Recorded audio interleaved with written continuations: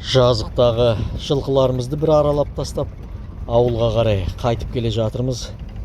Биелер әлі құлындап жатыр, құлындап біткен жоқ, толық құлындап аяқталған жоқ.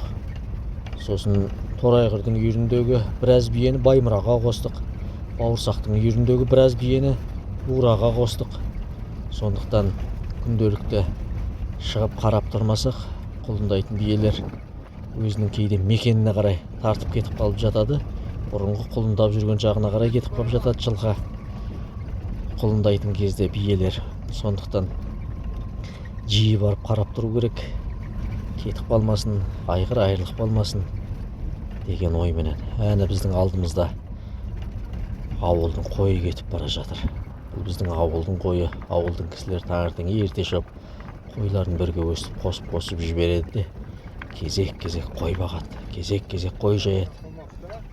Қойлардың да күйлері жақсы, семіріп келе жатыр. Биыл көктем ерте шықты, мал ерте тойынып бастады. Енді жердің көктегені төрт түлікке жақсы ғой.